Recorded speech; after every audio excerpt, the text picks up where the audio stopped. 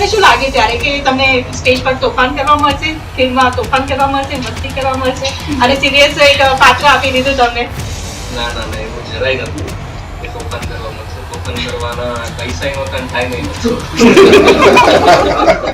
બધાના ડબ્બા કોણ ચોરી જતું હતું? કોઈ ડબ્બા લાવતો નહોતો. હું તો ખાતો જ નહોતો. માની લો કે અંકિતભાઈનું મન થાય કે જેટલી કમાણી કરી છે બધી તમને આપી દે, સૌથી પહેલા શોપિંગ શું કરશો? હું તો જમીન ખરીદીશ, તો ફ્લેટ ખરીદીશ. કે ડાયરેક્ટરનું છે ને અઘરું કામ હોય છે કે કલાકારો પાસેથી કામ કઢાવવું. ડાયલોગ કોણ ભૂલી જતું હતું સૌથી પહેલા? નમસ્કાર મિત્રો, હું દરેક વખતે તમારા માટે કઈ ને કઈ અવનવી વાતો લઈને આવું છું, અવનવી સ્ટોરીઝ લઈને આવી છું. તેવી જ રીતે આજે હું તમારી સાથે લઈને આવી છું એવા કલાકારો કે જેને તમે ખૂબ પ્રેમ આપ્યો છે, ખૂબ તમે એમને પસંદ કર્યા છે ને એક એવી સફળતાની ઊંચાઈ પર પહોંચાડ્યા છે. મારી સાથે આજે ઉપસ્થિત છે લાલો, જે ફિલ્મ છે તેના કલાકારો. કલાકારોને તો તમે હવે ઓળખી જ ગયા છો, એટલા માટે હવે હું પરિચય નથી આપતી, કારણ કે તમે પર્સનલી હવે ઓળખી ગયા છો સોશિયલ મીડિયા થકી, લાલો ફિલ્મ થકી. આપણે એવી ગપશપ કરીશું. ઇન્ટરવ્યુ તો બધા બહુ થઈ ચૂક્યા છે, પરંતુ હવે આજે થોડીક ધમાલ કરવી છે. જે ધમાલ, જે લાલો, જેમ કહેવાય ને કે કાનુડો જે છે ને એ નટખટ હતો, એક કાનુડો જે છે તોફાની હતો. તો આપણે એ જ ટીમ સાથે થોડીક તોફાની વાતો કરીએ.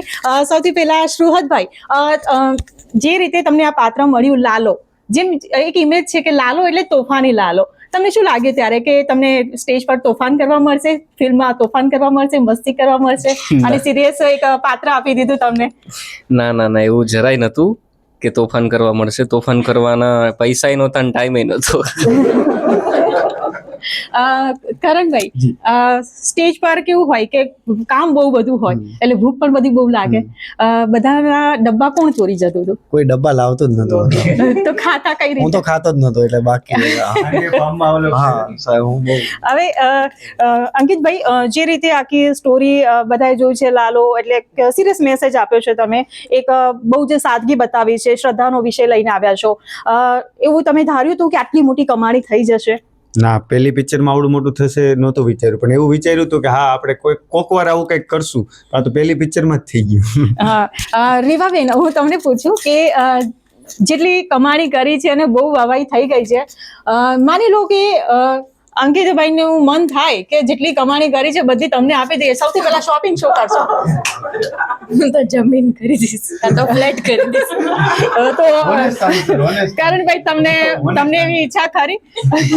તમને એવી ઈચ્છા કરી કે જમીનના એકાદ ટુકડા તમે પણ લઈ લો? હા, જમીન સોનું જે પણ મતલબ છે હા ખરીદી જ લેવાય ને, કેમ નહીં? તો શું ભાઈ, તમને પણ પછી એક દ્વારકા વસાવાનું મન થતું હશે? મોટી વાત. ના ના, હું ફરવા જઈશ. તો અંકિતભાઈ, બીજો એક સવાલ એ પણ કે ડાયરેક્ટરનું છે ને અઘરું કામ હોય છે કે કલાકારો પાસેથી કામ કઢાવવું. ડાયલોગ કોણ ભૂલી જતું હતું સૌથી પહેલા? તો હું જ.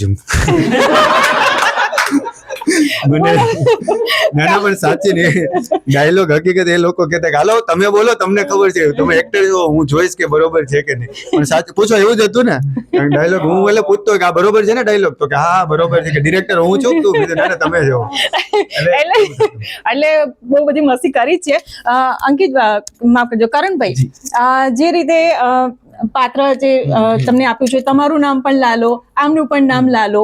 હવે જયારે સ્ક્રિપ્ટ તમારા હાથમાં આવે તો કન્ફ્યુઝન થાય કે આ ડાયલોગ મારો છે કે આમનો છે? ના નતું સ્ક્રિપ્ટ, મતલબ અંકિતે કીધું ને ડાયલોગ, મતલબ જે અમને ખબર હતી શું કરવાનું શું નહીં કે, અને પછી એટલું કેરેક્ટર સાથે સ્ટોરી સાથે રહ્યા કે આ લાઈન છે ને તો એ તો હું નહીં જ બોલી શકું, મતલબ એ ભગવાનની જ હોય. તો એ હા એવું કન્ફ્યુઝન. માણસની લાઈનમાં તો શું હોય કે લાવો લાવો લાવો, ભગવાનમાં શું હોય કે હાલે હાલે હાલે, એ ખબર પડી જાય કે આપણી લાઈન છે જ નહીં. આમાં તો આપણે ઓલું કરીએ છીએ.